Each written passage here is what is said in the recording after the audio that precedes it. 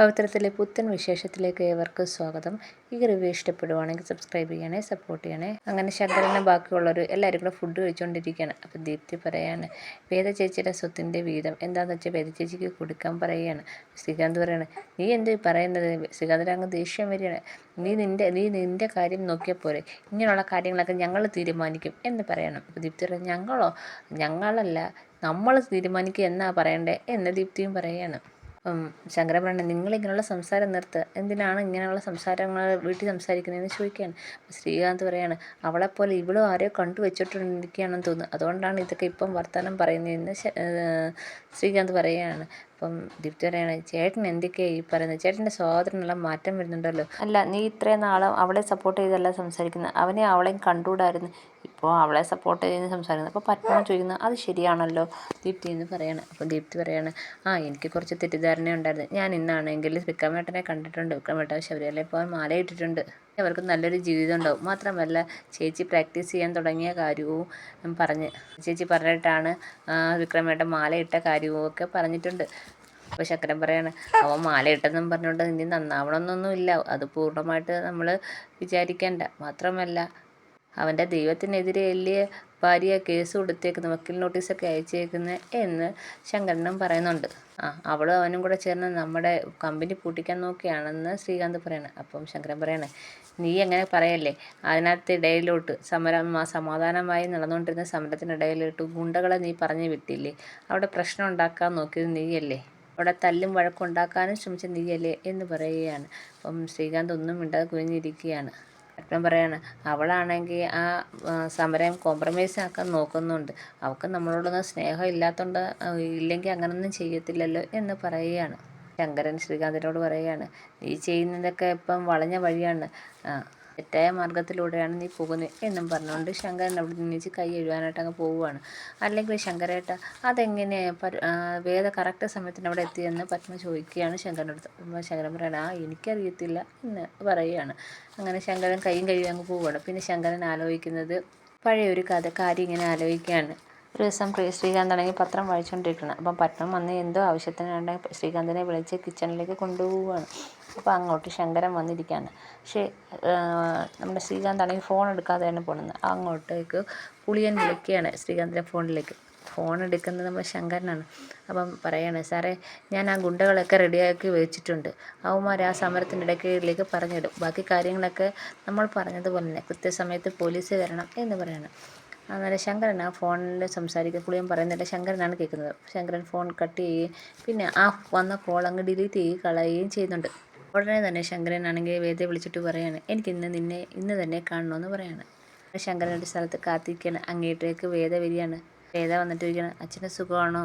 ആ സുഖം. നിനക്ക് സുഖമാണോ എന്ന് ശങ്കരൻ ചോദിക്കുന്നു. ആണെന്ന് പറയാണ്. അങ്ങനെ അവർ തമ്മിൽ കുറച്ചേരം സംസാരിച്ചതിന് ശേഷം പറയുകയാണ്, കമ്പനിയിൽ സമരം നടക്കുന്നുണ്ട്. ശ്രീകാര്യ ശ്രീനിവാസിൻ്റെ പാർട്ടിക്കാരാണ് സമരം നടത്തുന്നത്. അത് നിനക്കറിയാവുന്ന കാര്യമുണ്ടല്ലോ. ആ കമ്പനി ഞാനോ ശ്രീകാന്തോ ആരും തുടങ്ങിയല്ല, അച്ചാച്ചനായിട്ട് തുടങ്ങിയതാണ്. അപ്പം അതിനകത്ത് നിനക്ക് ഒരു പങ്കുണ്ട്. നാളെയാണെങ്കിൽ ആ ഒരു സമരത്തിൻ്റെ ഇടയ്ക്കിലേക്ക് കുറേ ഗുണ്ടകളെ പറഞ്ഞു വിടാനും അടിയും തല്ലും വഴക്കൊക്കെ ഉണ്ടായി പോലീസ് വന്ന് പ്രശ്നം വളരെ മോശമാവാൻ കാരണമാവും.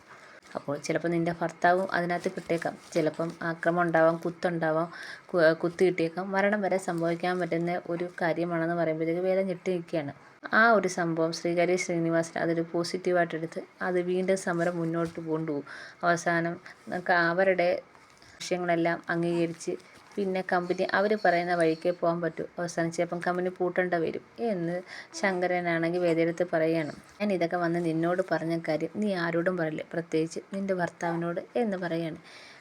എന്ന് വെച്ചാൽ നീ ചെയ്യാൻ പറഞ്ഞിട്ട് ശങ്കരൻ അങ്ങ് പോവുകയാണ്. ഇതൊക്കെയാണ് ശങ്കരൻ ആലോചിക്കുന്നത്. അപ്പോൾ ശങ്കരൻ പറഞ്ഞിട്ടാണ് അന്ന് വേദ വിക്രമനെ പോലീസ് അറസ്റ്റ് ചെയ്യാൻ നേരത്തെ അങ്ങോട്ട് വന്ന കാര്യവും ഒക്കെ ശങ്കരൻ പറഞ്ഞിട്ടാണ്. പിന്നെ കാണിക്കുന്നത് നമ്മുടെ വിക്രമിൻ്റെ വീട്ടിലാണ്. വിക്രമാണെങ്കിൽ അയ്യപ്പ ഫോട്ടോയൊക്കെ വെച്ച് പ്രാർത്ഥിച്ച് തൊഴുത് ചന്ദ്രത്തിരിക കത്തിക്കുന്നുണ്ട്. അങ്ങോട്ടേക്ക് വേദ വരികയാണ്. അപ്പോൾ വിക്രം ഇങ്ങനെയൊക്കെ ചെയ്യുന്ന കാണുമ്പോഴത്തേക്ക് വേദയ്ക്ക് ഭയങ്കര സന്തോഷവും, ആഹാ നല്ല കുട്ടിയായല്ലോ എന്ന് പറയണം.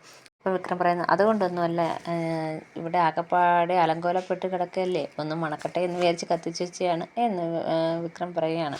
അങ്ങനെ അവർ രണ്ടുപേരും സംസാരിച്ച് കണ്ടിരിക്കുകയാണ്. അന്നേരം വേദ ചോദിക്കുകയാണ്, നിങ്ങളും അച്ഛനും തമ്മിലുള്ള പ്രശ്നമൊന്നും തീരത്തില്ലേ എന്ന് ചോദിക്കുകയാണ്. ഓ, ആ പ്രശ്നം അങ്ങനൊന്നും തീരത്തില്ല എന്ന് വിക്രം പറയുകയാണ്. ഞാൻ അച്ഛന് കൊടുത്ത മുറിവ് അത്ര പെട്ടെന്നൊന്നും ഉണങ്ങത്തില്ല. അതുപോലെ തന്നെ നീയും നിൻ്റെ അച്ഛന് കൊടുത്ത മുറിവൊന്നും പെട്ടെന്ന് ഉണങ്ങത്തില്ല.